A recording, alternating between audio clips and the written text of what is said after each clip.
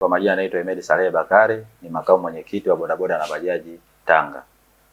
Tamko la viongozi wa bodaboda na bajaji Tanga kupinga vurugu zilizopangwa na wanaharakati wa mtandaoni katika nchi yetu. Ndugu waandishi wa habari za asubuhi. Sisi viongozi wa bodaboda na bajaji Tanga tunapenda kueleza kuhusu haja na umuhimu wa kulinda amani na utulivu nchini, hasa baada ya vurugu zilizosababishwa na kauli za kichochezi zilizotolewa na wanaharakati kabla na baada ya uchaguzi uliofanyika Oktoba 29 mwaka huu. Tunalaani vikali vurugu zilizotokea wakati wa uchaguzi, ambapo baadhi ya athari zake zimegusa watu wote bila kujali umri, itikadi au hali ya mtu yeyote. Ni muhimu kila Mtanzania kwa nafasi yake kuendelea kutunza na kuenzi amani na utulivu wa nchi na kuhakikisha kwamba jambo kama lile la uvunjifu wa amani halijitokezi tena. Itakumbuka kwamba mkoa wa Tanga ulikuwa na utulivu kabla na baada ya uchaguzi, ila kwa kiasi kikubwa uliathirika kutokana na kusimama kwa biashara, hasa katika miji jirani ya Dar es Salaam, Arusha, pamoja na vurugu zile kubwa, hali iliyosababisha wananchi kushindwa kuingia na kutoka katika mikoa hiyo kibiashara na kiutalii. Hii kwetu kama mkoa wa Tanga ilikuwa pigo kubwa, kwa sababu Tanga imetegemeana na mikoa mingine, na ndiyo maana tumesisitiza kwamba hata mkoa wetu uliguswa na athari za vurugu za tarehe 29 mwaka huu.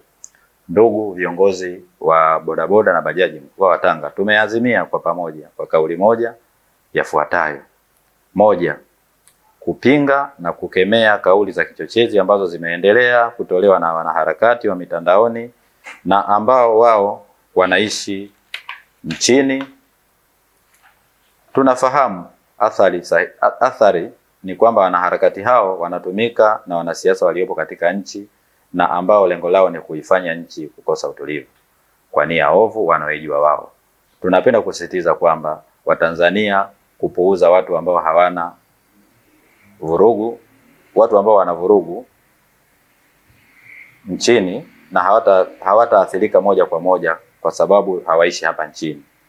Ukweli ni kwamba athari zake za Oktoba 29 hazijawakumba.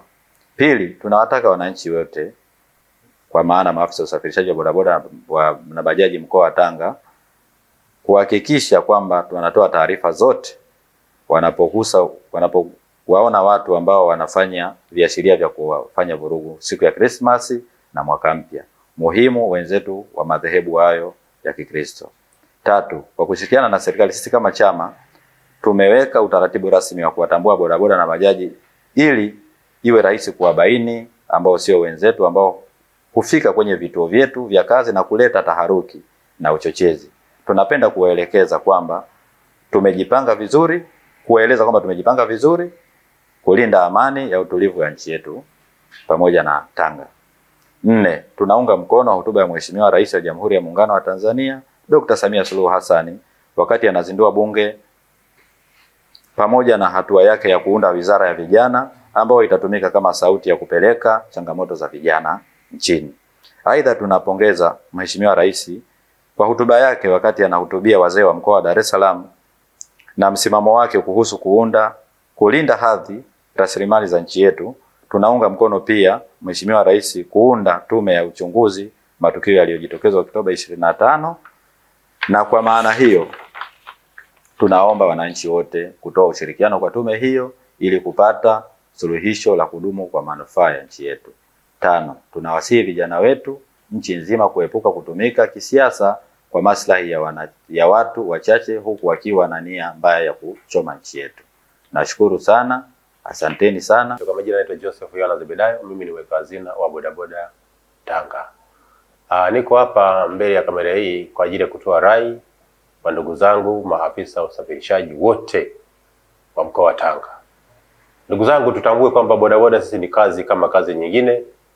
Kauli mbiu yetu tunajiamini, tunaaminiwa ili kazi iendelee.